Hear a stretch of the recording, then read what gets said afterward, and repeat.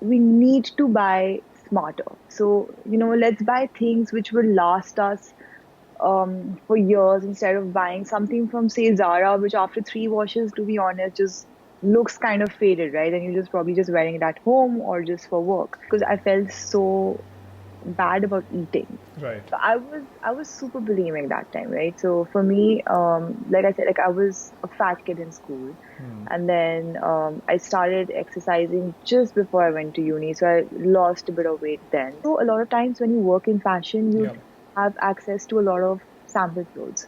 Right. So Oh people yeah, want yeah, yeah. so So, and people those want to are fit and those are model sample sizes, sizes. right?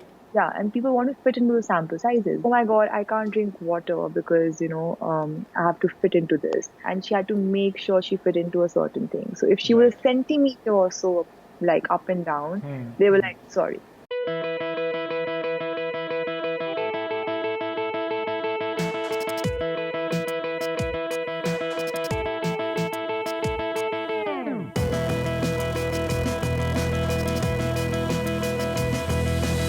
Hey, welcome to another episode of Voices in My Head with me, Yami Radhar.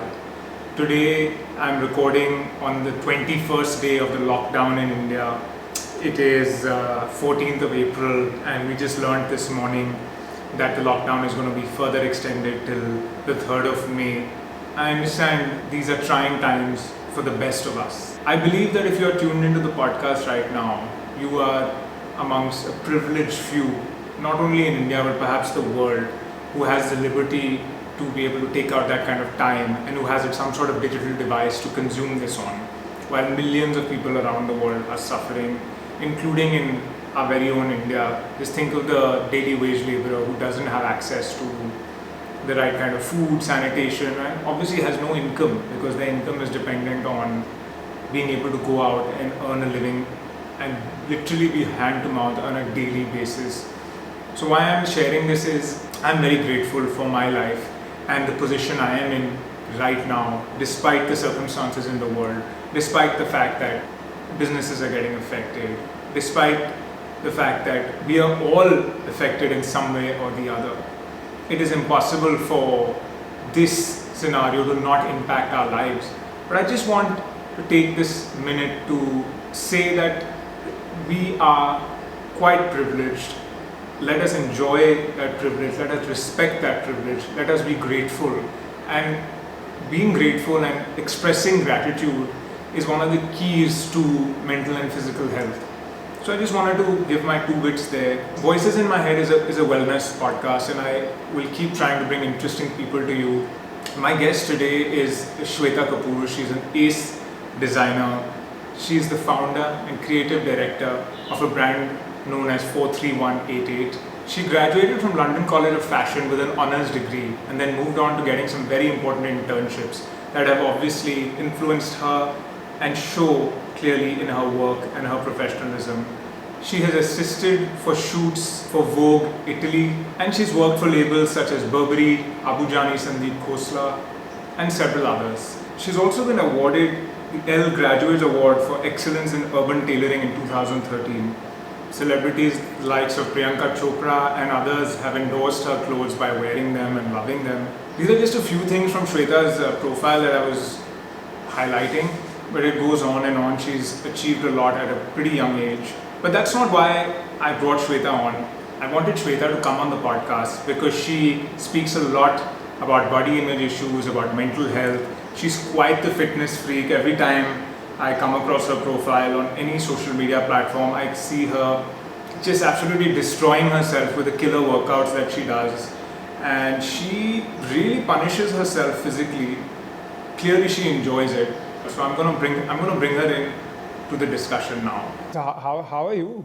What's been happening? I've been good. It's been a little weird, I guess. It's kind Yeah. of first 2 weeks were terrible. The first week was insane. Because the first week felt like it was a holiday, right? And then suddenly you were like, oh shit, I have to work as well. And then you were like, oh, but like it's supposed to be like a time to pause and like think about things, what you want to do. And then somewhere you were like, no, but like you have these things which are like pending. So first week was really confusing. Second week was kind of okay. You were setting into things. And I think now, yesterday I was losing it completely, but I'm pretty much in a routine, so it's not so bad. And I also I feel your pain because my God, can you remember when we met in Khan Market I know. and had a I physically had a miss cup of coffee and coffee. this seems like that was a dream. Ages back, Yeah, right? And I and think it not was just barely like a month back. not just It ages. wasn't that. It also seems like it's surreal. It was bizarre that we actually did that. We physically met each other and had a cup of coffee. Yeah. In fact, I was watching this movie and there were like a lot of people around and they were like hugging and I was just Yeah. like, oh my God, that's so weird. How can people touch each other? It's just like another So, thing I altogether. think none of us could have imagined it. And why I brought that up is because soon after that, I mean, that was the first time we were meeting in person, Yeah. and there's so much that I gauged from you then, and I realized that you are this ultra high functioning workaholic person that needs Yes. to not give their brain a single second of free time. Yeah. So I actually feel that for people like you, and there are enough of those out Yeah. there, this is this is the most devastating thing that could happen. I mean, not really. I think also like I was burning out a lot, like Yeah, every I two told you months, need to slow down. That was my right? advice to you Like at the end of every that. So 2, 3 months, I was burning out. I was going crazy. So this time honestly been like a really great time. So the first, in fact, when before the lockdown, a lot of things were started getting cancelled, right? A lot of events were getting sure. cancelled, shows were getting cancelled. And I remember I had to do like 2 capsule collections for someone. And the first reaction was like, oh my God, thank God it's cancelled. Because, I just could not get myself to do that. So in a way, it was a relief. And I was like, wow, I really needed this break. And in fact, like we're still working. We work an hour every day. Like we have a team meeting which goes on, but it's still not as hectic as things were. So team meeting means this is more on the design and strategic side The versus Yeah, the admin operations. side and everything. So we also have a group which we've made with all our tailors, and which is just like every day everyone talks about what they've done, not like work, but just anything and everything. We've actually really encouraged them to start doing one physical activity and one mental activity. So like it's just something that you have to do. So either it's like very basic things for them, like like helping out in the house or going for a walk, or I mean not for a walk really, but like doing yoga, helping the women in their house with like household things. For them, you're like do that physical aspect just because you're used to doing so much more. And how And big is this? A huge team. You've got a lot of it's people. not a huge, I mean, it's at 20 people, Right. but like the tailors and stuff are like most of them, right? So And for they're the them, backbone of any they are the backbone, design and business, they right? are So honestly, they're the ones who just don't know what to do. So yeah. like we talk to them off and on, and like they were like, yeah, like what do we do now, right? So we've asked them to also start like meditation. Yeah, sorry, I Yeah, lost you for a second. You said you asked them to start like meditating. yeah, and like they really don't know what meditation is about. So just like just sitting for 5 minutes, 10 minutes, thinking about, or just not thinking about anything, but just sitting there. That's helped a lot of them. Few people who have machines, we've asked them to make masks for people around their area. That's great. Yeah. Um, yeah, it's just like small things that we can do, which is actually like useful, right? Because no one wants to sit idle because everyone is so busy doing things here and there. And again, like you said, the first week they were also like, because they're so hyperactive, they were like, oh, it's a holiday, it's great. But after that, they're also missing work. They miss that routine and things to do. So I think it's just like a weird time for everyone. And I think what is definitely emerged, and everyone always knew that human beings thrive on human physical connection. Yeah, Of exactly. course, we are having to adjust to this new world, and Yeah. I don't know if how permanent this is going to become. And I think there are, and I keep discussing this, thinking about it, trying to see interesting people talk about it. of how the world is going to change post this issue going away. Even so, like even with my therapist, like I had one of my sessions every Monday. I have a session with my therapist, which was yesterday, and she was like, I need to think post this, that do I actually need to physically meet my clients, or do I need to only meet physically those clients who I feel that maybe out of 6 sessions Need it. we meet Yeah. once. Yeah. How and so many of my other friends who are workaholics, I've been speaking to them, and one of them was like, I used to hop onto a flight for a meeting the first chance that I got. Yeah. And he said that was so unnecessary. He said, I'm not going to do that anymore, even when this problem is over, because Yeah. so much of physical meeting is chit chat and wasting time and commuting and polluting the planet and just waste of productivity. I think it's Yeah. the focused discussion that you can have when you're in front of me on the screen at the moment. There's It's no as distraction. good, right? I don't have to. I mean, I would love to offer Exactly. you coffee and make it myself, Yeah. but I can't. And maybe that's a good thing, because it's taken away that 10 minutes of wasted time of let's Exactly. have some coffee, or excuse me, can I order this? Then can I get the check? Yeah. I don't know. I'm of course very aware of the fact that businesses like F&B and Yeah. those things are going to drastically get affected. But also, listen, this is a new world, and this is a world that needs to rapidly change itself. We need to change ourselves. But I think it's already changing, right? Like what I've realized during this time is like anything you want or you want to do or you want to eat, you can do everything at home. Yeah. So, yeah. if you're really craving, like say a particular pasta, for example, and if you have the ingredients and I've been time in the seeing your cooking recipe, is going insane on it's, Instagram. I mean, yeah, I'm trying. I'm trying because I'm a big foodie and I miss my food, I right? But actually I didn't. I only realized how big a foodie the planet is in the last 2 weeks, because suddenly because that's everybody's it. Everyone's MasterChef. eating. No, but also your stuff is looking amazing. I think what I Cooking saw on your healthy. thing was some sort of caramelized carrots or something. I don't know what you were eating, but it Oh looked God, it damn. was amazing. It It was looked amazing. it And looked damn so I good. realized as long as you have the ingredients, time, and the recipe, you can do anything you want. I've been training with my trainer on Skype Yeah, again, I've been which seeing you've been is destroying yourself. So of course, because I'm I need a hating routine, I'm like you hating said. to open all the podcasts these days with a Yeah, discussion on COVID and quarantine and yeah, coronavirus. But people, it would be odd for them for it. This would be a fake conversation if I don't begin the yeah, conversation asking you how are you surviving? Yeah, how are you managing yeah. in this time? So I yeah, I've think you been just have to seeing. keep a routine, right? Like Yeah. without a routine, like I go crazy. I need things to Yeah, do. so Um, same. So I'm also sticking to a crazy routine. I have yeah, no. I had when I met you a couple of months yeah. ago. I had much more time. I felt like I had a lot more time on my hands. Since the quarantine has happened, I I have know what you no mean. time, and I can't explain it to anybody. And I know what you mean. I'm in Yeah. bed by 9 p.m. I am gone by 9 p.m. I'm exhausted. I don't know what it Wow. is. Uh, What time do you start your day? I think 6:37. So not That's that. early. Actually, not that early with a child. It's not that early.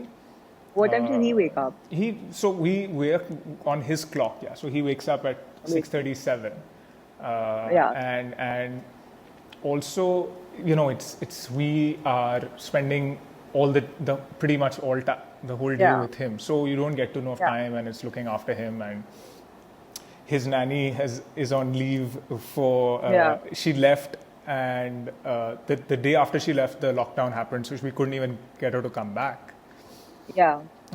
because I'm a big stickler for rules, and I didn't want to take a chance. I said, why risk it? She's gone, she's traveled through God knows where, and if she comes back now, Yeah. And so it sounds very young, right? So you yeah, don't want to get he's only 3.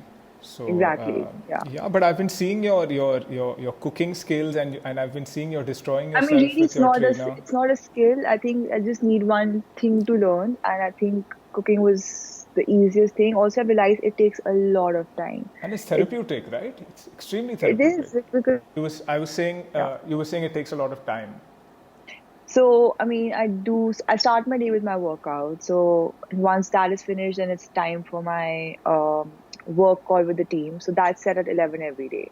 So by the time that finishes and it's like kind of like lunchtime, and by the time lunch is done, then you end up doing some work or the other, and then I spend time on the phone, just Instagram and all that crap. And then before you know it, to be honest, like it's 9 o'clock, and you're like, okay, Netflix time, and then you just pass out. Yeah, yeah. I totally understand what you mean. But where do you? So before I come to, so this is a wellness podcast, and I have a huge Yeah, list of things to, not a huge list, but some specific things to discuss with you. But before that, the last thing on this subject, and I think you're a perfect person to answer that because I've introduced your, some highlights of your designing career and kind of people that are wearing your clothes and yeah. um, the lot of success that you've had at such an early age in this space. So and where do you see this business going post the COVID world? Because even somebody like me who is, of course, I used to wake up and check Zara in the morning and check it I used to check the Zara We were one of website, those. and I used Yeah, to check Nike and Zara are my two yeah, go-to places. And where would I, why would I buy anything? Because where am I going and who am I, and also it's, honestly, and I hate to say it, but yeah, it's allowed me to really reflect that 90% of the stuff that I was spending money on yeah. was nonsense, yeah. And I didn't need It's to do it. rubbish, right? It's That's the thing. so this has been a big wake Yeah, up call, and I'm trying to put it in the context of, because listen, this is your business, and if 43188 needs people to wake up in the morning and say, what am I going to be wearing tonight for that yeah, party, or I have to go out on the weekend, or I need 8 sets of clothes for whatever, or I need 1 set of clothes, or I saw this yeah, on, Shweta's, this celebrity was wearing Shweta's yeah. this beautiful outfit, and I must have it. So I am, what's going to happen to the fashion business in your opinion? Firstly, I don't think anyone cares about fashion right now. It's the Of last thing course. on anyone's mind, which is well upsetting for me, but also in a way it's great, right? So, but we will always need clothes. We will always post this. There will be weddings, there will be events. People will always buy clothes, but I think what we will do is we need to buy smarter. So, let's buy things which will last us for years instead of buying something from, say, Zara, which after 3 washes, to be honest, just looks kind of faded, right? And you're just probably just wearing it at home or just for work. But you need to invest in things which, and this is what happened in 2008 as well. Um, After the recession, people started buying expensive things which would last them for years Right. and basic things. So they would buy a really nice blazer which can go through years and years and years instead of buying five crap things from Zara which are trendy at the moment. So that's one shift that we are hoping for. The But in a second world, shift, sorry, in a world that you can't repeat your clothes in because of social media, how does that work? I wish people repeat their clothes. Like, it's like I no mean, big I'm saying deal, it in a sarcastic way right? because I've And been trained well by yeah, my wife, and I mean, you know her, and she's in the similar yeah, business, complementary business to yours, because she's yeah, on the, if I can say, the retail selling end of, side of it. yeah, the retail But end of it, and I think it's they are people, also worried about the, the of course market, they're worried about the market and the business, yeah, and but they've also kind of reflected on the fact that so much of this was just crap, it just is just like, just nonsensical you spending, know, and it's just, and sometimes you look at your cupboard, right? And everyone's spring cleaning now. So yeah. you look at the stuff which you haven't even worn. Like I saw two, three things which still have the price tags on it. And I was just like, wow. And I was like, will I wear it? And I was like, no, I don't want to wear it anymore. So Or there I were so things, I interrupted you. So you were going to yeah. say number two. Uh, I think one, of course, and things like uh, prints, right? I think that no one is again going to buy it because, again, once you wear it on social media, people see it and everything. So things will start coming back to very basic separates. So they would buy solid colors which can go with multiple things. So you can buy one separate and wear it with three different outfits to make it look different. Luckily for us, we've been doing that already. So I don't see so much of a problem for us, like because people would still buy. I still think there'll be a very sweet price point. They will not buy something which is super cheap, which is say $2,000-3,000, and they will not buy something very expensive, which might go into lakhs. But that mindless shopping will So definitely you think stop. people are going to go towards quality rather than quantity and Yeah, definitely, stick to that and definitely. okay, Also, so it's really so basically we got a couple of guidelines from the industry, which okay, was for retail specific, that now when people actually go to the stores to try something on, the store has to disinfect the entire garment so after one the sec. customer tries it. Who's going anywhere into any Like store? Like so. post whatever, when life goes back to Oh, really? normal. You have to. So one sec. So are you trying to tell So, me like when I go into a trial room to try like I don't know a shirt and then I come out yeah, and I don't buy the garment, the that has store to is go supposed through to a disinfection, yeah, but listen, right? I that's don't know going how to many people will do it. operationally be a nightmare. It's going to drive up costs. Exactly. How But many people are actually going to do it? And me, if I'm a customer who's yeah, really worried about that, which I know a lot of people are going to become quite OCD about cleanliness after this, exactly, right? how do I ensure that what I'm about to try hasn't been or has been dry But cleaned would or you whatever? try it? Like that's where again, like I was getting a little thingy. I was like, No, now I mean, would I be okay? I wouldn't because I anyway don't, and I shop But online. like now I'm thinking, I was like, will I go and try on something which maybe I don't know how many people have touched it or worn it or Yeah, whatever. Do I want to it's try gonna that be or? a So different world. it's I a very was strange world, but the last episode I did was with yeah, Parul Parashar, who came back on the podcast for a second time. She's a psychologist, and I was yeah, telling her that I can't even imagine that even next year when all this is over and I've got a vaccine, walking yeah, into I don't know a mall and then getting onto an escalator and I'm about to touch the handrail and yeah. I it's a know, nightmare literally. scenario in my mind, yeah, and I'm Hmm. not someone who's very anxious or worried about this, but Yeah, still that thought of walking in, or walking into a restaurant and meeting 50 Delhi social people that are everywhere and hugging exactly. them and shaking their hands and patting them on the back and having stupid frivolous mindless conversation Yeah. uh, is it will happen, but at the moment I just can't imagine it. Think about it. Yeah. I can't imagine that happening because Like I don't was even like sometimes a lot of people like, going crazy on house party and Zoom and whatever. And yeah, they it's are. all,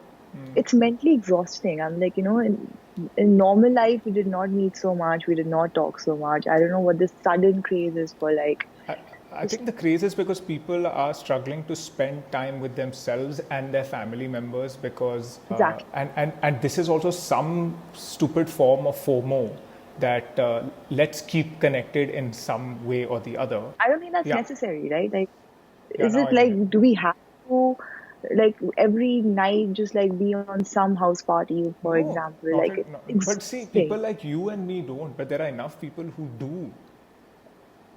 Yeah. And let me be honest, since the lockdown has happened, Hmm. the only time I've put on Netflix has Yeah. been to play Peppa Pig for my son, which he No watches. way. I am not joking. I just feel like I have no time. I really don't have any time, For sure. and because and I put out a specific episode for this as well on the podcast that I'm actually looking at this as one of the greatest opportunities that has been handed to mankind. This is a great time to work on yourself. I think this is, and I see you're doing that. I see you're somebody who's doing that, even if you're spending your night on Netflix, because Yeah. that's fine. You don't have to put a 3-year-old to bed and be worried about him waking up in the night and all those things. So we still sleep. We sleep when he sleeps, and we wake up when he Yeah. wakes up because you don't know when you're going to get enough sleep or not. So it's just best we do that. But having said that, I see that you are punishing yourself physically, and so I'm going to jump into your physical fitness regimen because otherwise Yeah. we'll keep chatting about all the Corona. corona and the rest of the world from that, which is also an important chat to have. But before this, I remember when we met, you were saying that you train at Zoe's gym Yeah. but you were as crazy then about and I see you're still doing that with your trainers on WhatsApp or Skype or whatever he's training Hmm. you on, and you're destroying yourself on a daily basis still, which is really commendable. I mean, I didn't want to destroy myself. I honestly thought the workouts would be way easier because I didn't have a lot of equipment, and luckily I have really light weights. But Aditya, who's my trainer, is a big bully. So he's Yeah. just managed to find the worst exercise on the planet. And he Your actually calls and screams, and if we don't finish the exercise for the day. and your body, So listen, trust me, you don't need any weights. Your body weight is the, because I do yoga and I know exactly, your it's body the weight worst. is more than enough. You don't It's need, the worst. I yeah, can't do a yeah. push up to save my life, and I have to do push ups every day, right? But you will, you're getting better at it.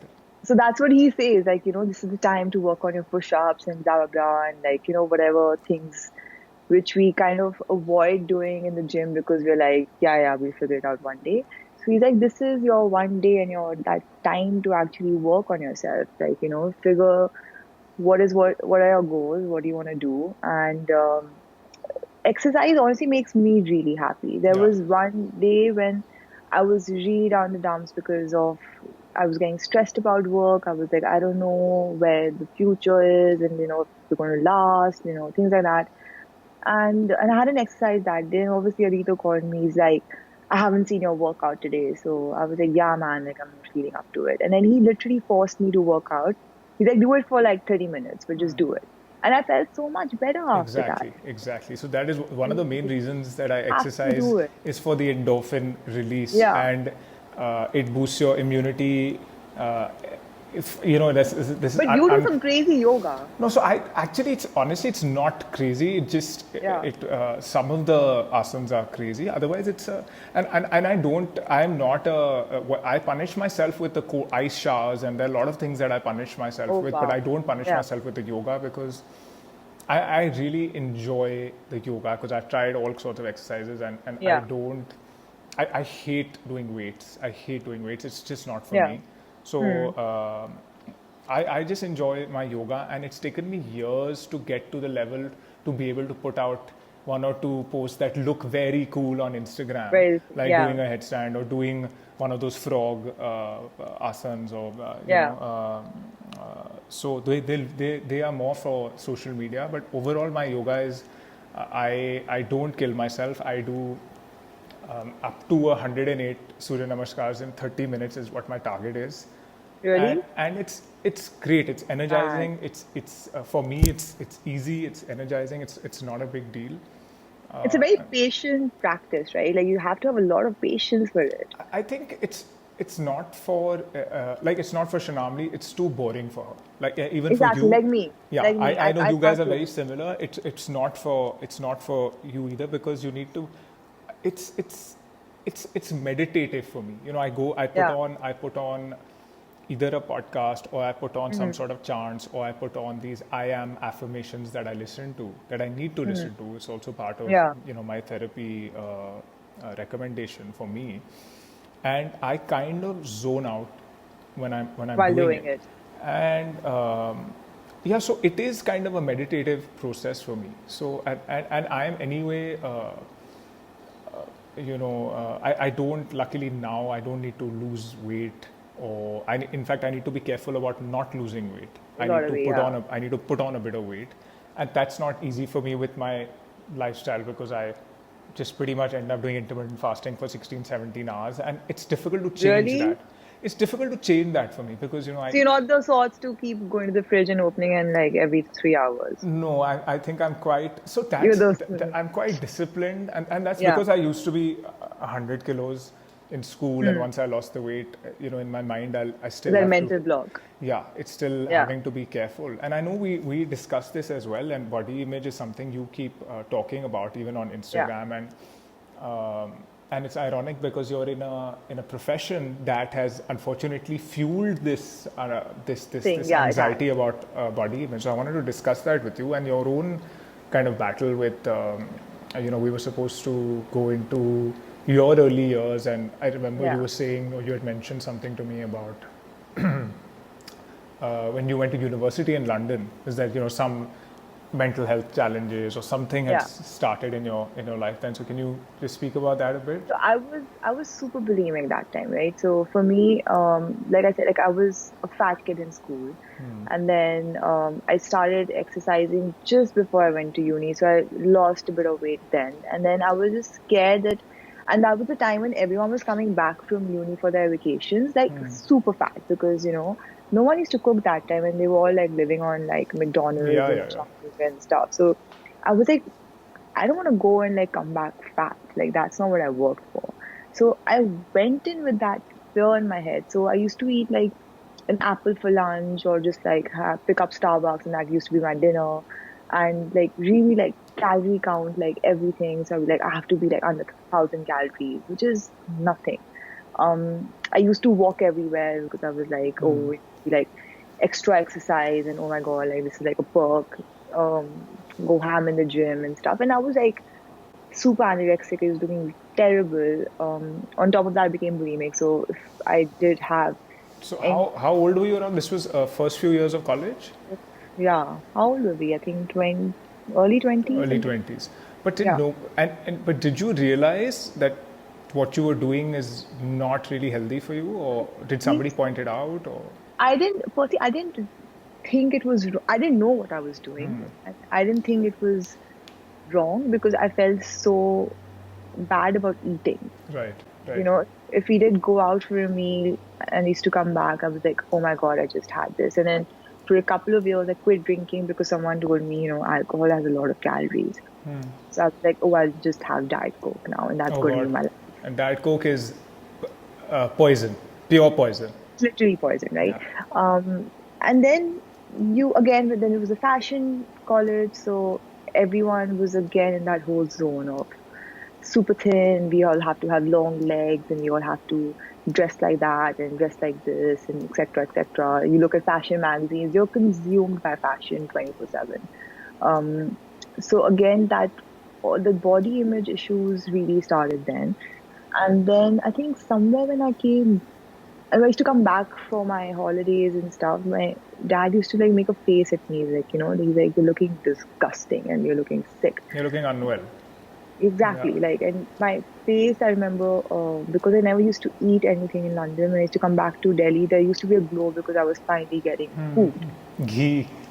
Ghee and dal and, Yeah. your basic like Your shit. And your then, your your typical Punjabi diet, which is which yeah, is which is which can so be quite healthy if you in do fact, it we were in a discussing it like the other day, like we have a group of friends and we're like, we are so sick of seeing these fancy things on Instagram yeah. every day now.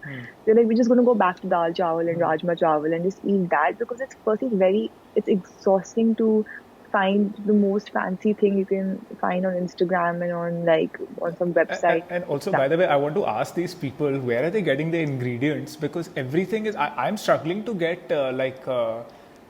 some of the basic things, which I used to just order everything on Amazon for the house, yeah. but I'm actually really struggling to get some basic things for the So house. I had stocked up a lot because I normally stock up like a lot of rubbish when I travel.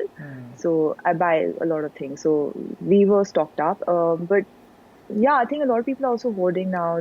They're still going to food hall and stuff, which is still pretty Yeah, well equipped. but I kind of feel I know Food Hall is delivering, and I did, but Yeah, I was kind of feeling guilty calling up and saying, can you send me some truffle oil when I know. I mean, yeah, this is it's everything is seeming like an extravagance at the moment, and I don't know it if is. that makes It is. any sense. It is. Even It though is. we're not spending 99% of what we were spending, Yeah, it's just suddenly everything feels like a waste. Even when running too much water in my house is feeling like a waste, because I was telling yeah. the cook the other day that use less water. What if the water stops coming? What are we going to do That's if the going to be water a supply pain. stops? I'm just Exactly. saying, it's just these thoughts, we took Yeah. these things for granted. We took everything for Also, I granted. think Indians in general are emotional spenders, right? So, um, we when we spend something on like mindlessly, it's always related to some emotion. Like, oh, it's Diwali, I'm so happy, I have to buy something. Yeah, but that's inbuilt into our It's just like how we are, right? yeah. So, that's the thing. So right now it's like, oh my God, I can't buy this. I'm not going for my annual holiday. Let me Oh buy God. that truffle oil. Yeah, yeah. Let me treat I myself. wish So my annual holiday was the same price as the truffle oil, but yeah, but you like know what I that, mean, yeah. right? Like you're going to start like adjusting your expenses like that. So That, oh, we I so bought something. so we digress, but we were speaking about. So Yeah. did you get any help for this? bulimia, or did you? When I did you didn't, I start to didn't correct actually. yourself, or did In you? fact, I saw a friend of mine who was going through the same thing. And when I saw her patterns and I saw what she was doing, and someone pointed out to her that she was bulimic, was when I Right. realized that I'm doing the same thing because I never used to really talk about it openly. Okay. I just thought like, oh my God, I'm feeling sick, Right. so I have to throw up. So I never thought that I'm throwing up purposely. So I think for that's when I realized that okay, this is not okay, Yeah. and that's when I actually like kind of stopped.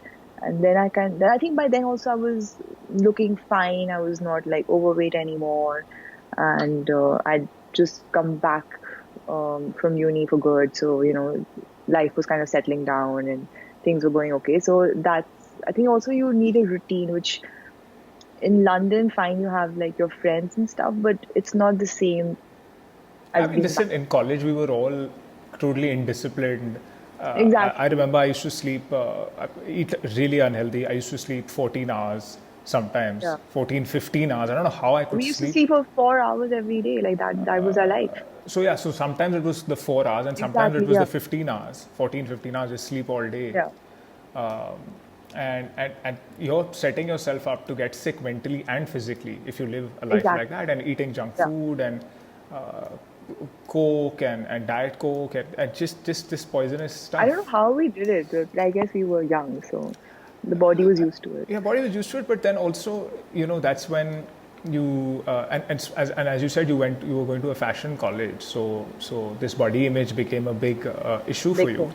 So, Yeah. and did you even and then and body image and this and you see the correlation with like being depressed, and did you get depressed about the I fact that was, you were like this, or?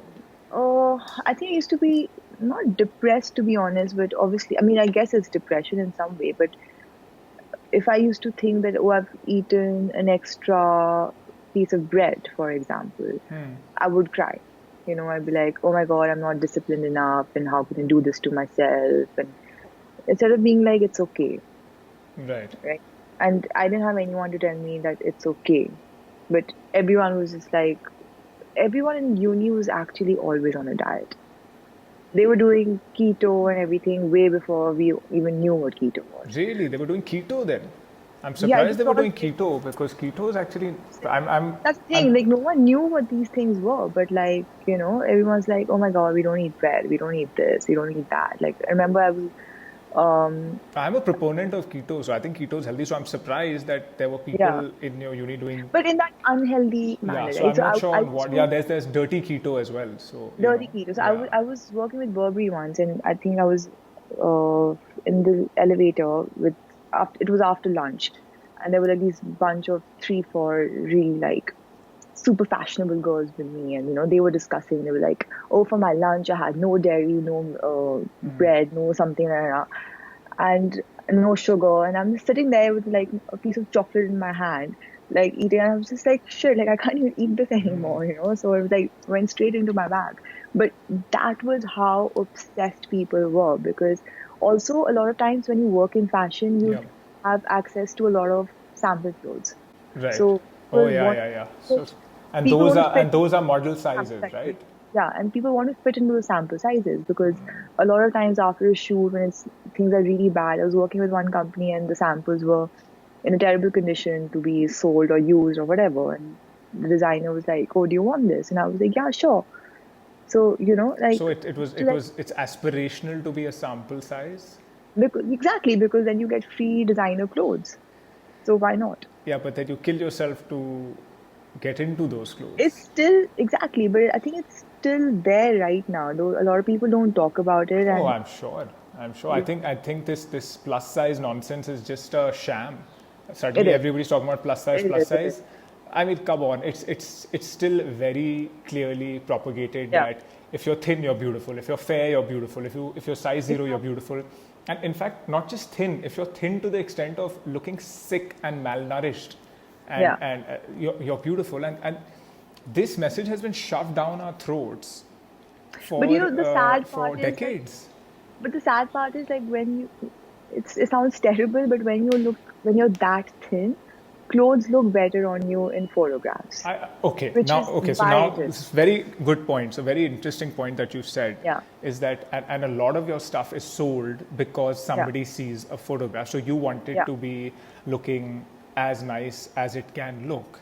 Yeah. So, but what I don't, I mean, I understand the kind of negative or the kind of aspect of it which is Yeah. not that great is that first, these people starve and kill themselves to get into those and become Yeah. model sizes, even if it's the models or people like you and me who aspire to be like models Yeah. in terms of the size.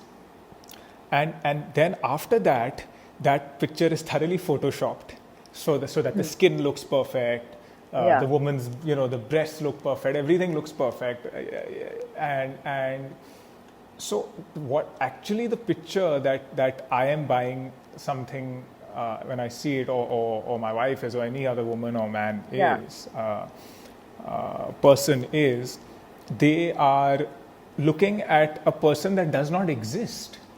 Which is true. Right, Well, because that person few does not people are exist. trying to change that. A lot of people, like there'll be some magazine will do like one-off feature on no makeup photo shoot, or this is a no touch-up photo shoot, or some Yeah, one or but two campaigns out of 100, yeah, right? but that's a novelty, right? That's It's a just there novelty. So for that's people would just say that, oh, this but this happened or that happened. But the majority is, even if you shoot someone who is say a very normal size like me, right? I shoot myself into something and I'll look at the picture and I'll be like, oh, listen, like my arm is looking fat there. Can you just like tweak it? Even though it's not, but everyone would want their picture to look perfect, which is sad, but it is how it's like Instagram, right? We all put filters on it. Yeah, absolutely. And I do genuinely appreciate that a lot of your business is dependent on the fact or dependent on how perfect that picture turns Yeah. out to be. So I do appreciate that fact, but it's also kind of fuels this unrealistic view of a perfect man or a perfect woman, and not just for themselves but for the opposite sex to desire. So if I also start looking at only or if I also only aspire to be with a Yeah. woman or to be with a partner who's that size zero and perfect skin and perfect that, I'm actually going to really make myself unhappy and never find that person. Because you never find that person. No, because the person doesn't exist. Yeah. And the person doesn't exist. And now there was so bizarre. I was seeing on Joe Rogan's podcast, is something I follow quite regularly. Yeah. There was an artificial intelligence, some expert who was there, and he's saying they've come up with, there's a startup or some company that's successfully doing this now. Is that they are providing digital models to brands, You put so you can put are your clothes on. so no Yeah. digital models 100% fake. That person does not exist. Wow. That it's not like they've taken a person and then tweaked the photo or photoshopped Yeah. it. It's like from scratch, the computer model of a perfectly symmetrical man and woman, and they can churn out 1 million, 10 million people, men, women, kids, and anything that don't exist, and for brands to be able to superimpose their clothes on, and that's like even beating the That's so perfection weird, this is right? the crazy world that we're living in now. But it also starts with like a Barbie doll. So, a Barbie doll, the Yeah. proportions, if you actually put her on a normal figure, it's Absolutely. really, she's going to look really warped. It's She's scary. not gonna Yeah. look normal. It's scary. It's scary. It's very scary. Big face, right? Like, it's very stupid. And like a Very tiny waist. very, very, very tiny waist, And to think about it, we all, I think, our life started with Barbie dolls Sure. in a way, right? Sure, At yeah. least for girls. And but there's, it's interesting. Like sometimes when we put clothes on a model on our Instagram, it may not generate so many saves. But if we take the same shirt and we put it on a hanger and we shoot it, a lot of people engage more with that. I think the reason But I thought it's the opposite. I thought people I engage think more it's with. changing now. So someone who's, Why do you think that is? I think with someone who's a plus size, now if it's like a loose silhouette, like say an oversized shirt, right? People can imagine themselves in that better than when they look at a model and they somewhere get intimidated. So when Okay. they walk Okay. into a store, they're eventually seeing the clothes on a hanger. So if they like it, they'll pull it out. They'll be like, "Yeah, this looks loosish. I can wear this. Maybe not." Sometimes they'll be like, "Oh, it's too short for me. It's too long for me," or whatever. But eventually, the first thing is on a hanger. So when they see pictures on hangers, the sales tend to be higher as opposed to on a model. And This is when new. This is new information it's which I'm learning. for us, they will only ask for a model image when they want to know how long or short it is and Okay. how it falls or how it sits on the shoulder, or something from that aspect. But if it's a simple shirt or Yeah. like t-shirt, say when you're shopping at Zara, so you'll also notice that a lot of some clothes are on a model and some clothes are just as a product, Sure. Yeah. because those products shoot better as a product, and you can imagine yourself and be like, oh, it's a t-shirt, this is easy, I know my style, I'll take this. Understood. Because your body But this is a might very not interesting be thing that you've for told me this because body. I would have, or I imagined the converse to be true all along, Yeah, up to now, and maybe it things are changing, and was. maybe that's a good thing. Yeah, Maybe it's a we good would thing that they're still changing. shoot our campaigns and everything on a model, Sure, because sure. we want that drama, we want the movement, we want to show that, okay, this is Of course. this is And the kind of a person who wears the clothes. and in introduction, I mentioned that you Yeah. were invited by FDCI, and and then now you have a regular show with them annually Yeah. in Delhi, right? You do it with No, now Will's we should do Lifestyle, or Bombay. okay, now Now we you're should do Bombay with Lakme, but yeah. So, now again, we don't know if we're going to do yeah, fashion of shows course, of because course. But the point is, in a it fashion just seems so show, stupid. Yeah. in a fashion show, there is a very set expectation of what you A expect model. to be of a model, what you Yeah. expect them to be walking, and how they are Yeah. supposed to be shaped, and Well, what is for the that, I classic. think also because between the day we do the fittings on the models and the day of the show, we normally have just a day or two. So if something is not fitting the model, means you have to remake the entire garment. So Sure. now, now if a garment's like heavily embroidered or like made in a special way, or it's time consuming, and a lot of these garments maybe take like say like 3 to 4 days to make. So there's no time gap. So most of uh, the samples that are made are like on a specific size, and models are expected to fit in those clothes. Yeah, so With like, what happens when you're doing some trial and some poor model has maybe had an extra pizza, or sorry, maybe had a slice of pizza, and that's all that she's had for well, lunch? they eat. Actually, they eat a lot. Most of them are just genetically blessed. Oh, Um, come on, Shweta, I don't swear, tell me that. I swear. Look at my favorite person, my favorite model who eats like a beast is Erica. Okay. She is only eating burgers and pizzas all day long, but she also works out like a beast. So these guys are genetically blessed, I think, which is why they are in the profession. Some of Um, them may be genetically blessed. I can't believe every model is in it because they're genetically blessed. they actually do. They actually very, very fit. So there's a modeling agency in Bombay, and they, in fact, really encourage their models to exercise every day. Mainly do yoga because it lengthens the muscles Yes. up, so they get like a leaner look as opposed to a bulkier look. But I also, on the flip side, I also know a modeling agency in LA, and this model was going there, but she had to send her measurements on Skype. Right. It's a live thing, and she had to make sure she fit into a certain thing. So if she was Right. a centimeter or so like up and down, they were like, sorry. So she I assume being up was the problem, not being up down. was a problem, Yeah. right? So she The would be like, centimeter down would have been appreciated. oh my God, I can't drink water because I have to fit into this, and it's insane. Like it's mad. Yeah, again, I understand the business end of it, but the human end is missing. The business end makes total It is, sense to me. The human end, but it's also a very short-lived career. I think. I mean, they'll be models more for I so think now, 10. because no, now I mean, listen, the top models in the world are like 13, 14, 15, They're young. They're very young. yeah, They're like 16. at 19, they're at their peak. Again, the reason for that is when you're younger, you tend to be thinner. Yeah, but not just Very that. Like this is getting into an area that should make anybody uncomfortable because you're pushing sexuality. Because honestly, that's what it is. In a way, you're selling sex. Let's be very clear. Fashion is sex. You're selling sex, and I don't mean that in a crude way, but in the crudeness, the aspect that's crude of it is that if the top model is 15 or 16, or if she's 16 and it's legal and allowed in the country, and of course you assume that nothing else is happening, but you have just sexualized a 16-year-old, a teenager, who should be, I'm not saying playing Barbie doll with her friends, because they don't do that at 16 anymore, but there is that innocence that you've just killed of that child. Yeah. There are also like models who are like maybe 9 or 8, who are kids, who are like kid models, but the way they're photographed, it's just kind of somewhere very disturbing. That's what I'm trying to tell you, and I have seen this too.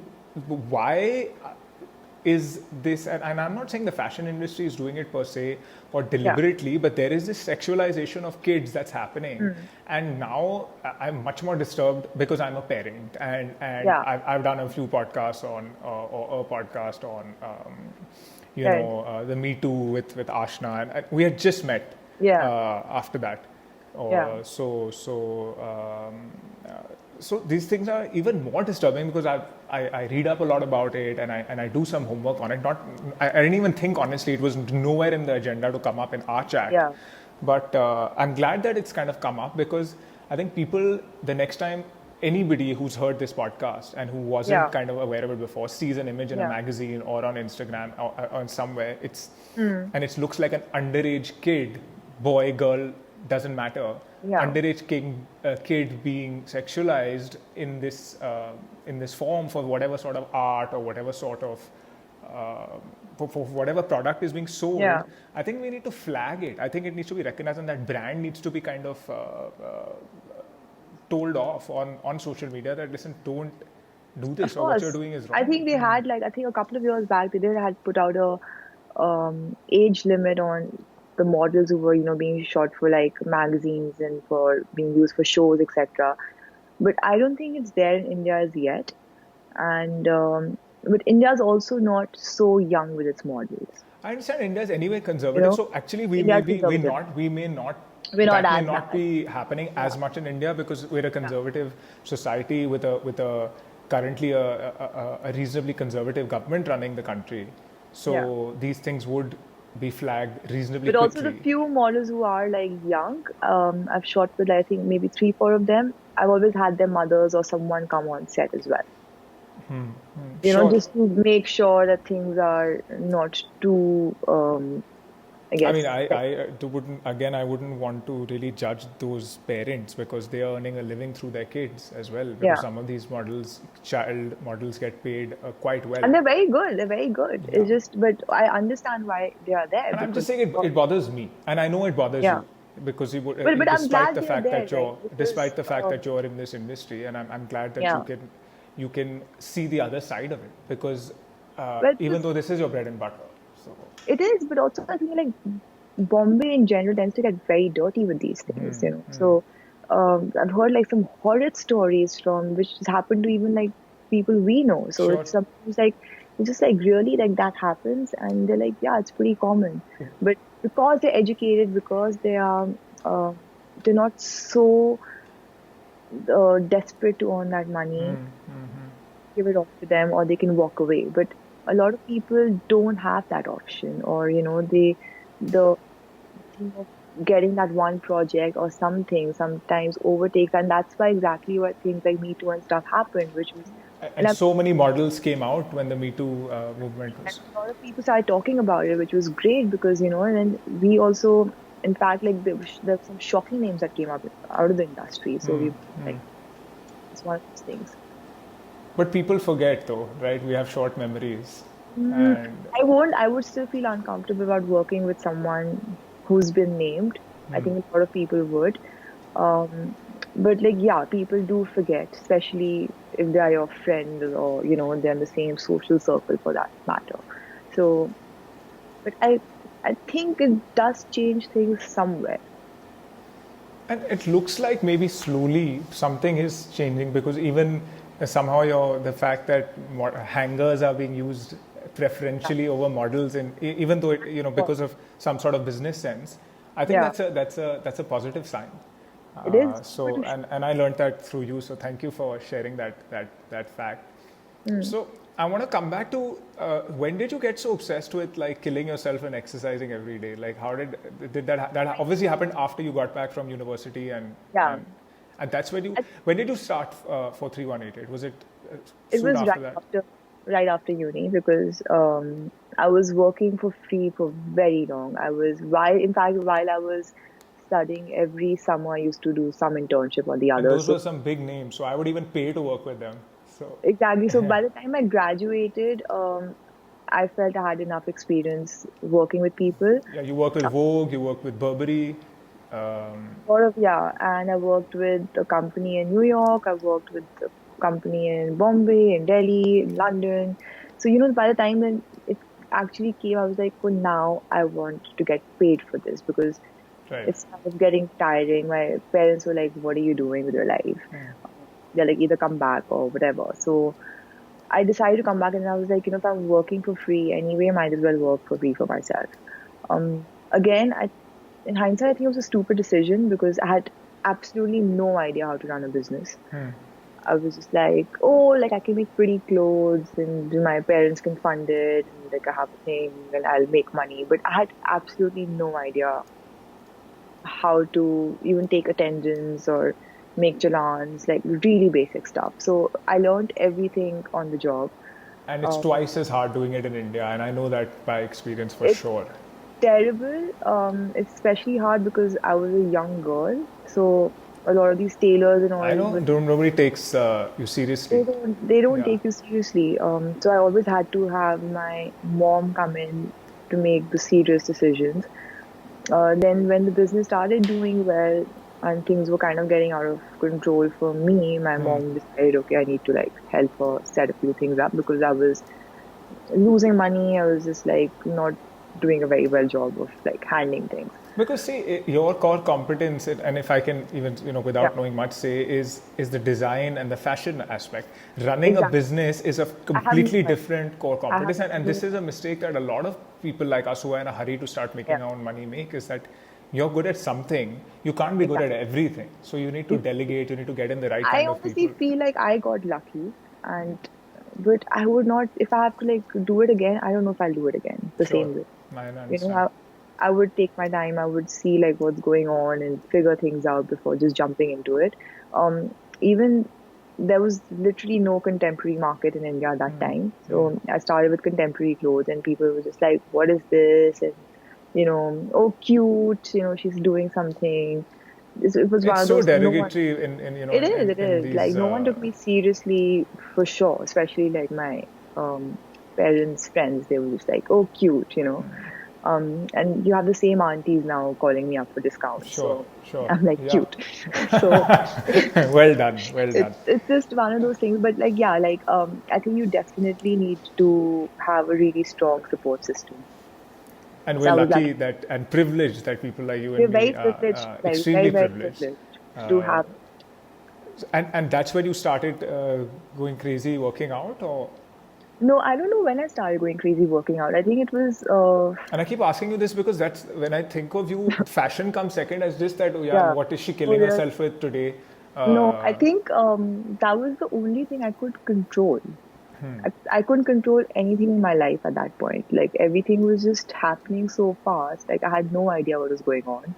And then I think when Zoe's gym started, it was like a thing in Delhi. Like yeah, it also became a social thing. So all my friends were going absolutely. there. I didn't want to be the one to say that, but I'm glad It that was a social thing. yeah, Like it was just like, oh, today is Studio 60, or are you going to yeah, Studio 60 or something? So, and the workouts were honestly very different. Whoever was there had a blast at that time, which was like a daily, like, I don't know, meeting point. sure. And I think that's when I literally got the bug to like kind of kill myself every day because it was And something listen, it challenging. becomes an addiction. I know it because It once is, you it is, yeah. that It just that became a challenging thing that, oh, I can do this and I can control this. So, I mean, it's terrible and it's so embarrassing, but it's been like 5 years, I think.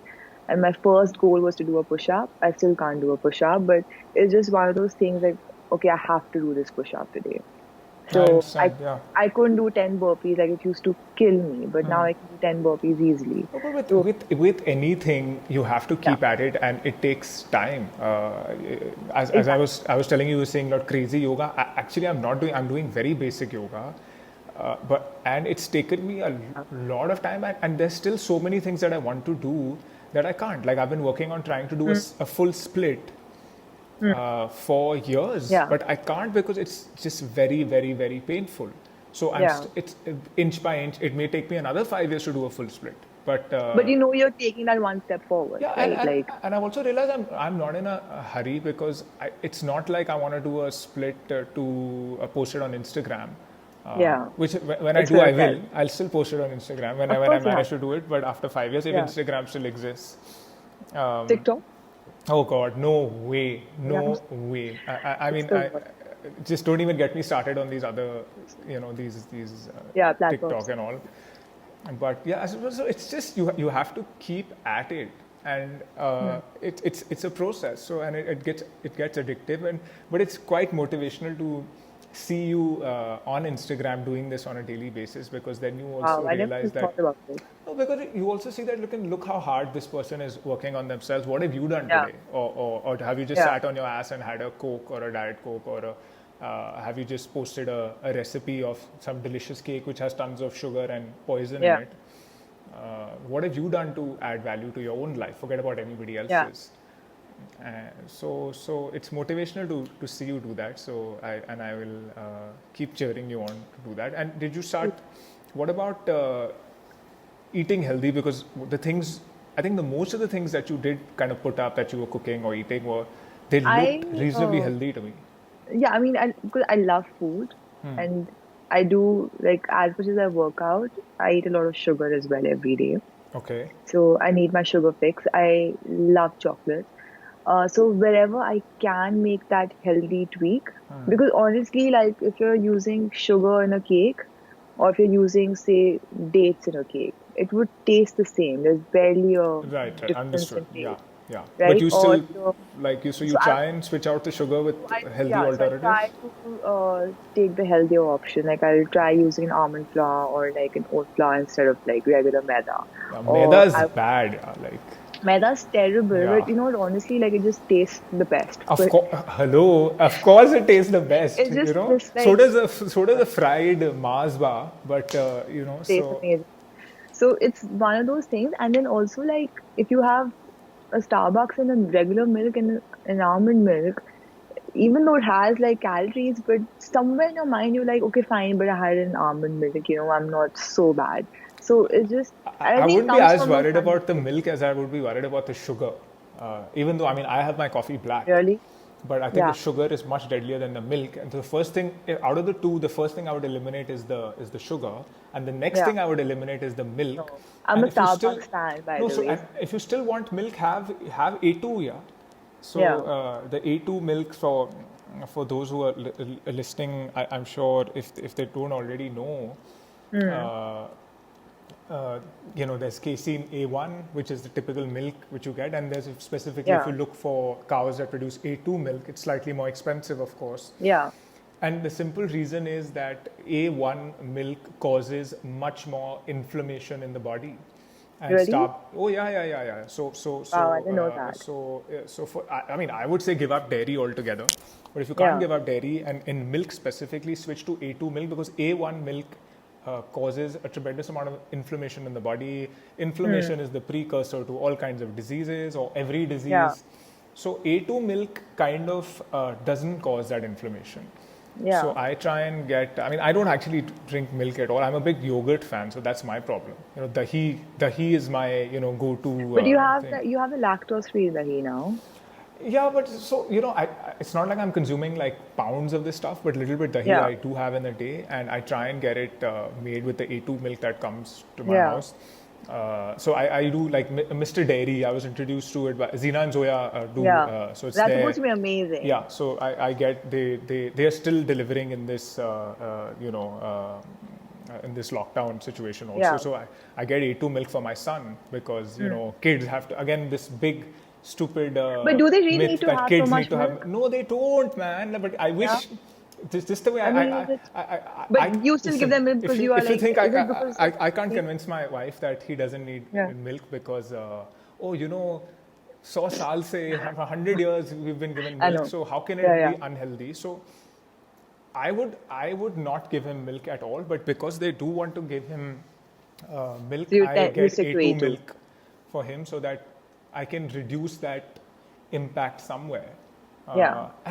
And yes, let me say it, milk is not healthy for you people. Whatever, I don't care who's telling you what. Yeah. Milk is not healthy. Milk is an unhealthy thing to I have. don't think we need milk, to be honest, right? That's what they say. Like, you can get your calcium from like other sources. No, it's not. You It's really not just don't. calcium. Yeah, What is it? It's just, listen again. Just the I way. really triggered something here. No. Just the way sugar companies, like Kellogg's and all these have Yeah. convinced us that Special K. cereal is the best thing to have in the morning. Yeah. These companies they are actually selling sugar. They're not selling cereal. They're selling sugar. Right? True. So their main product or their profit comes from the sugar because they're driving Yeah. sugar down. So similarly, this message that milk is no. So I'll tell you what. If this was like 200 years ago, in which I had my own cows in my garden or my Backyard. farm Yeah. or backyard or village, and I knew exactly what those cows were being fed and how they were being brought up, and they were not being given antibiotics and hormones.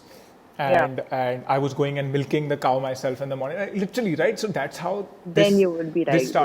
This started happening, and I think a few hundred years ago or something, these cows. I think so. By the way, all cows. What I learned this from like Dr. Gandhi, one doctor that I follow. The cows used to produce only A2 milk, right? So there was some sort of mutation in these cows happened, I think, a couple of hundred years ago or 100 years ago or something. That they mutated and they started producing casein A1, and A1 is what started causing the problem. So how did you have our to ancestors to get it to make it A2? No. So there are certain Or like the organic cows. Or no. I mean, there are certain cows, like certain breeds.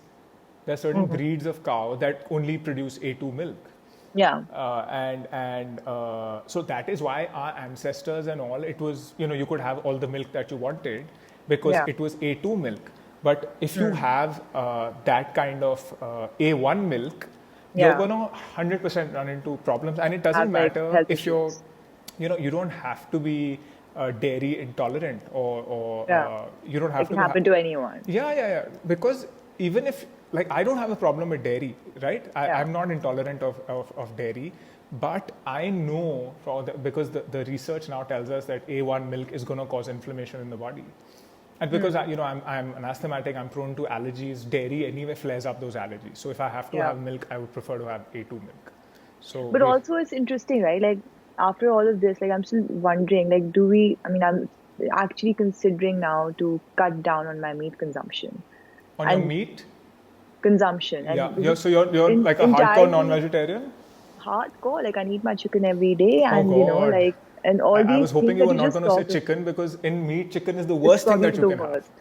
But it's just something so basic, right? So, and all these things you just talked about, like because of these mutations and the way they're kept, you don't know what they're eating. By the way, chicken is the worst thing, and I'll tell you again now. Oh God, like I can go on and on about this. So, especially in I don't know how much here. Of course, it's bad, but. Especially the kind of chicken that is coming from abroad or what you get abroad. The chicken are fed a staple diet of soya and corn, right? And both are GMO. So the chicken may be organic free range chicken, but what is the chicken being fed? Now, if the chicken is being fed, so there's a famous quote now in this wellness circle that it used to be "you are what you eat." Yeah. But now you're not what you eat. You are what you eat has eaten. Yeah. Right. So what you ate. That's what you are. So if the chicken is eating crap, it's going into the chicken. Which it is. And that's what you are eating in the end. And even if let's assume India doesn't have this GMO thing right now, but it's being pushed in a big way, I think. Yeah. And that's going to be disastrous if these GMO crops properly come into India. I think there is still some time before they properly come, and some crops are GMO. If the chicken is not eating GMO, let's just say they're eating soya and corn. Now, soya is also very bad for you. It's high estrogen. So, and I know this, like, a lot of girls now are prematurely having their periods Because of all of this. because of being fed a non-vegetarian diet, which is normal, right? Yeah. Non-vegetarian very normal. household. Exactly. And because the hormones and the high estrogen content that is being fed to those, so because the chicken has This very high creates a habit. estrogen, Yeah. the girl is being, girl who's maybe 9, 10 has been That's eating this, and they are having the, much before The normal should. age. Yeah. So That's this is messing around with us big time, and this is, people are not realizing this. And by the way, I used to be very hardcore non-vegetarian myself, but it's just, I would love to eat. Trust me, I'd love to eat non-vegetarian food. It's just that it's the same way I'd love to have a Coke. So it's no different. Just the way I stopped having Coke. But I think this is why we as a generation fall way more sick than what our parents used to, right? 100%. Or did. 100%. Like how they say, oh, we used to eat mangoes every day and we never put on weight. Yeah. But that's what I'm trying to tell them. Like, your mangoes were maybe like fresher, more like kind of, they were cleaner in the way they were grown.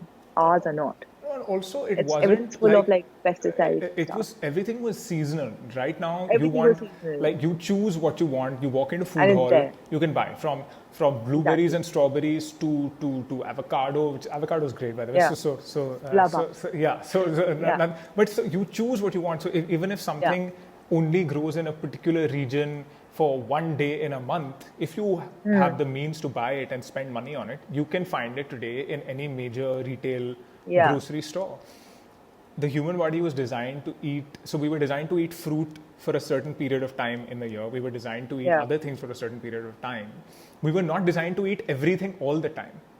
And also what was locally available, because that's what suited your body needs in a way, right? Not like someone who needs something in Iceland does not need what we need here, because the weather is so different, the environment is so different, season is completely different. So why would you eat the same thing? And coming back to what you were saying, so actually you're eating, and you're a super fit person who's quite aware, and you're still eating chicken, and you're eating chicken for the taste. Or are you eating chicken? Are you really telling me you're eating chicken for some sort of nutritional? No, I'm not into the whole protein nonsense. I can't count protein. I can't do protein shakes. Nothing. But because vegetarian food has pound for pound has more protein than any, like, let's say I mean, a I pound saw of the broccoli. documentary. So Game Changers is, of course, Game Changers, right? That also like I'm not propagating being vegan. I'm not, because I tried being vegan and I lost too much weight on it, actually. So that was my problem. So I'm not propagating being vegan, but neither am I. But I'm definitely propagating for you to stop eating chicken, because it's. But it's just the taste. Like, I just miss, like, not miss because I eat it every day, but like, I would love my chicken sandwich. Another thing you can do is eat it once in a while as a treat. Treat yourself with it rather than. But that's the next step. Yeah, I think that's like my next thing, because I'm so freaked out about everything we consume, right? Like, it's unfortunate, but we have to be. It's just we're living in really times in which food isn't food, water isn't water, air isn't air. Everything is very you're right. Nothing is what it is. Nothing is what it seems, and nothing is what it should be. So chicken, please stop. You're really not doing yourself. Today's thing. No to chicken. It's just because if I could get a properly when I know, like, a farm fed, free range chicken, and I know what is actually being fed to the chicken, which is still available, I think, here, which a lot of, I know, but I don't know. Yeah, so there are some people doing organic chicken, but I don't know what. I mean, I haven't gone into that aspect. that deep into what visiting them, because they say come visit us, see what we feed them, see what we do Yeah. that. I haven't gone down that road, but I think I have my doubts about the quality of organic non-vegetarian food that is available in this country. So and just generally, I just don't think it's healthy for you overall. But So in the same tone, like farm fresh vegetables agreed, yeah, are amazing, right? yeah. So, for this lockdown, I started ordering a lot from Kushi Cress, and their produce is insane. Like, like the difference that in the simple carrot, like you can actually taste the carrot for what it is. So I think it's kind of now important to start spending more on our food Yeah, and less on rubbish, like, and I mean, less on I clothes, think more on food, spending more on right? improving your health, or just Exactly.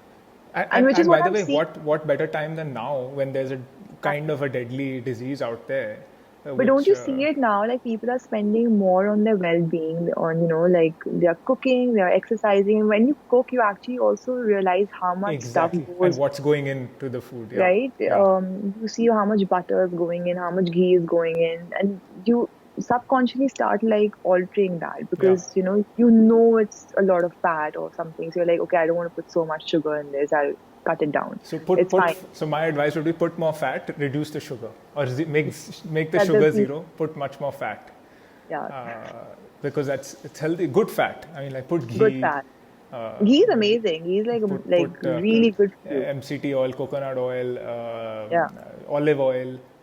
Go for it, all man. the Like good stuff, go crazy on it. and But it really tastes good. So like, wow, this has become a real deadly nutritional. I really was not expecting, and this is why I love this medium, because the conversation ends up going in directions that I had really not planned for. I had no idea what we were going to talk about today. I was just like, No, I kind of broadly knew where it's going, but one thing yeah, that I had written that I want to specifically bring up, because I thought that would be interesting and it's not come up on the podcast from a spiritual aspect, is yeah, you are a Buddhist.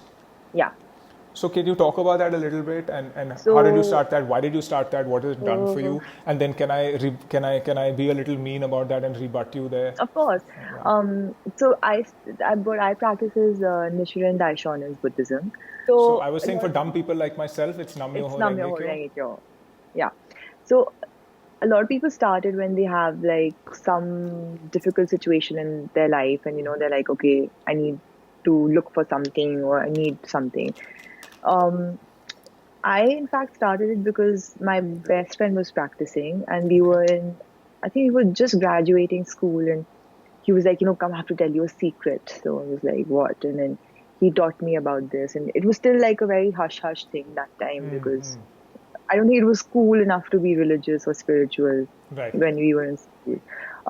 But I just started practicing, and it was great. Like, I took it with me to London. I became a really strong practitioner in London because, Okay. again, the first year you don't really have friends. Sure. Discovering yourself, right? I understand. You're discovering yourself, figuring it out. This is one place where you can learn something. I found it really interesting because I never really believed in idol worship. I was always very spiritual as a person.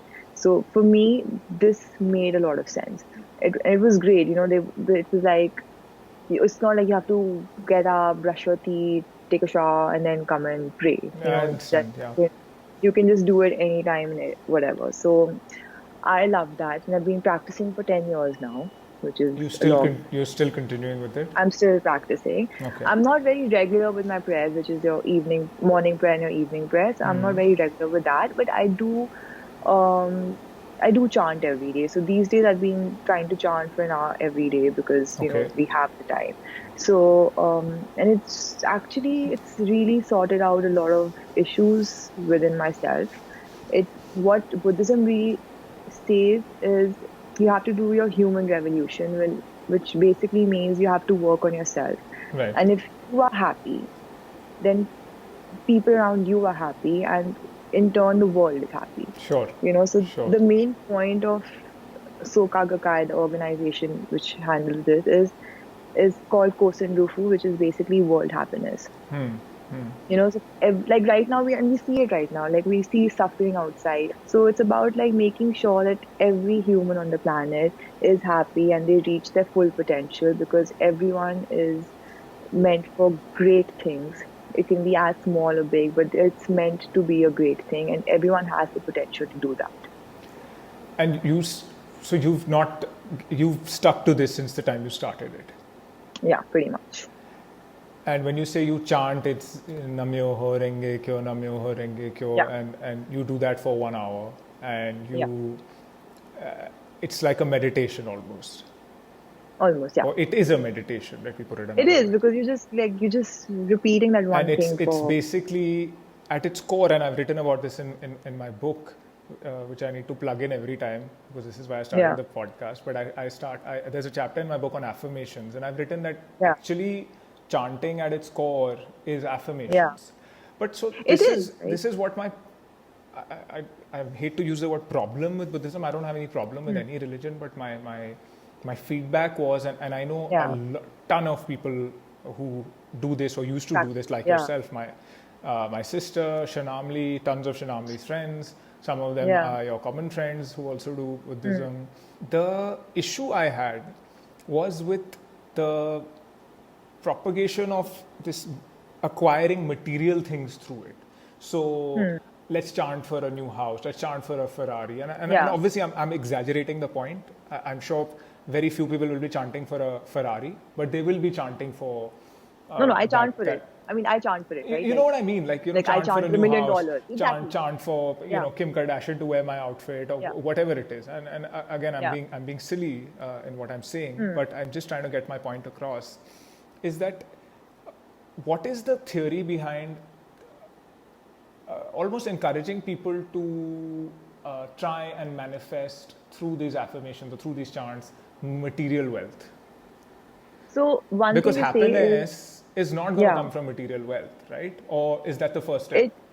no. So basically, when I started chanting, it's when you start chanting, basically every locality has its own group, right? Yeah. So where I was chanting, I was in a student accommodation, so I was chanting with a very senior leader, in fact, who was chanting for I think like say 20 years, but they lived in a very modest house and had a very modest lifestyle. So when I started chanting, I was like, these guys have been chanting for so long, and they say that you can get anything and everything. Like, why haven't they chanted for a fancy house or a fancy car, and they don't have money problems and things like that? So, and then somewhere, like, people in the meeting, sometimes they'll be like, okay, we will all say what we want to chant for so and so thing. And a lot of people used to be like, oh, I want to chant for, I don't know, that my family problems are not there, or I get a better job, or this issue I'm having at work that goes away. And sometimes I would just be like, no, but I like you said, I want to chant for $1 million, And I was like, and I asked my leader, I was like, is it wrong to chant for something so selfish and so materialistic when you see people being really like Buddhist and like very holy to be like, oh, I want to chant for world peace, and here I am. I want $1 million. So you obviously feel stupid, but they said like there's a thing that which the current president also says, that if you're getting that happiness from that material thing, right? If you're chanting for $1 million, you say, okay, fine, what do you need to do to get those $1 million? Say you have to, because it's not that you'll chant for it and things will come. They say that you have to also work towards it. You can't just sit on your bed and just dream about that money. You have to go out, you have to work, you have to do these things. So what they say is, okay, fine, you want those $1 million, that means you have to work. If you're going for work, you're dealing with humans on a regular basis. Then you will have some sort of, say, argument with one person, right? Like you normally do at work. Now, that argument or something might trigger or make you realize that, okay, I have the same argument with a lot of people.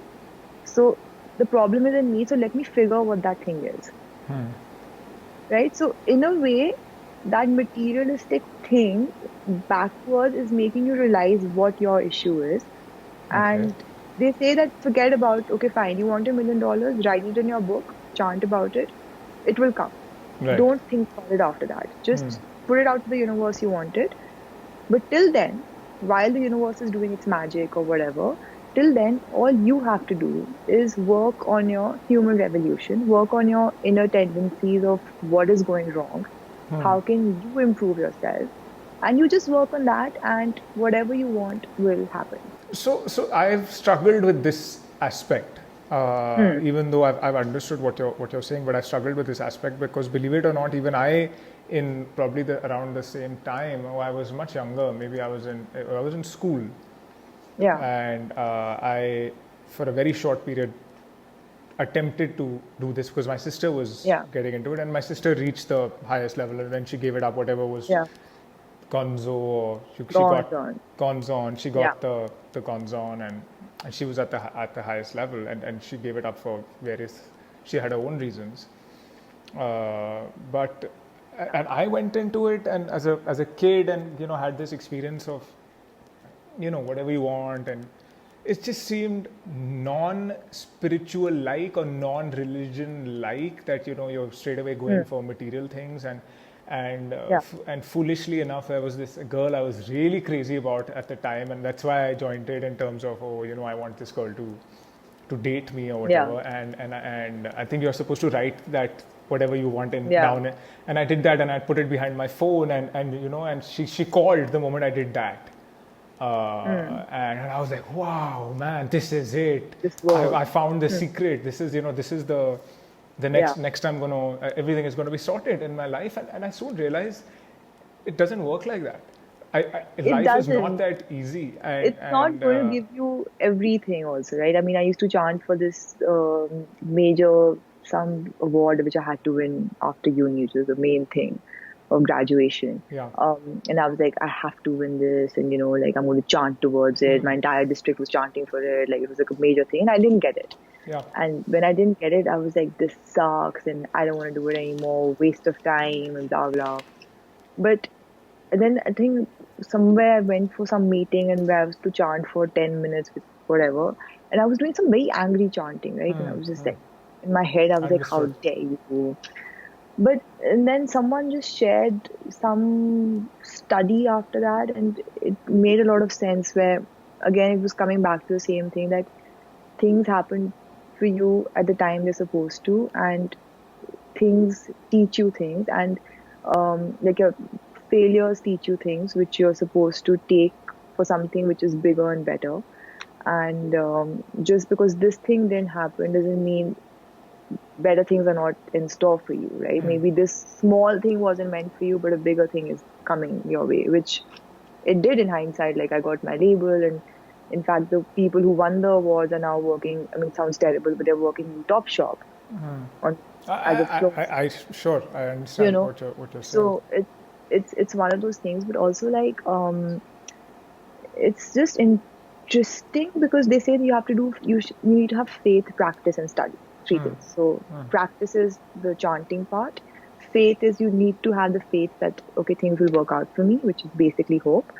And study is when you actually study the philosophy, you study the things, which is again like how can I make myself better to make things around me better and the world a better place.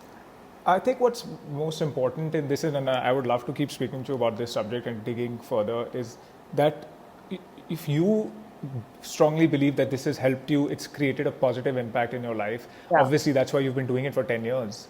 Yeah.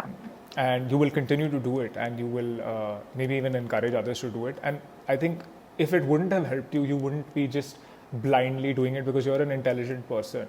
And you wouldn't have stuck to something for so long if it wasn't really benefiting you, and you didn't really believe that it's benefiting you. So I think that's what's most important in this, and we can be adults and agree to disagree on these things. And we have been talking for 1.5 hours. I am so grateful to you because I have really been stimulated in this conversation. So I just and I would like to do another 1.5 hours, but this podcast is not as successful at the moment that people would want to listen to us for so long. I would love to. This was great. I had a lot of fun. Same I here. learned a lot of new things. Wow, I mean, I'm getting you want to learn things from you, but I'm glad that maybe I can, throw out a few things that can, you can learn from me. Yeah. But any final from the wellness aspect, any final thoughts that you want to maybe tell people who are listening that they I think can get inspired by you? Or, just keep, I mean, it's not really wellness related. I mean, it can just be put to anything, but just, just do one small thing. If you have a goal, just take one step forward towards it every single day. It does not matter if you don't reach it tomorrow or day after, you might reach it like in 5 years, but just take that one step forward to make yourself a better person. I think that's what it is. wow, that's a strong and simple message, which I think anybody Right. can incorporate. So thank you, Shweta, for coming on Voices in Thank My Head. you. And I am hoping that people are going to really appreciate you sharing a lot of intimate details of your life, including spiritual aspects, which I know a lot of people are uncomfortable discussing. And a lot of people This would was not want anyone to amazing. know that they eat chicken. So thank you for sharing that as well. Thank you for letting me know not to eat chicken now. No, I'm gonna get you off it. Don't worry. I'm gonna get Yeah, you now off I it. have to find new recipes. So I hope you enjoyed my chat with Shweta and got something positive out of that. You got some motivation from that, or something that you can incorporate in your own life, seeing the way Shweta lives her life. Yes, these are uncertain times. I started by saying I'm recording this on the 21st day of the lockdown, and we just learned it's going to be extended for another 20 days. It's cliche to say when the going gets tough, the tough get going. I don't think I'm that tough, but I'm getting there. I'm working on myself every single day, and it is my mission to get tougher. No better opportunity than the one we have at the moment. Thank you for tuning in to Voices in My Head. Please subscribe to the channel in case you haven't already. I will come back with more interesting people and content as soon as I can. Take care of yourself. Bye. Voices in My Head is created and hosted by Yami Radhar. This podcast is for information purposes only. Statements and views expressed on this podcast are not medical advice. We disclaim responsibility for any adverse effects that may arise from any information contained herein. Opinions of guests are their own, and this podcast does not endorse or accept responsibility for statements made by guests. This podcast does not make any representations or warranties about guests' qualifications or credibility. If you think you have a medical problem, consult a licensed physician.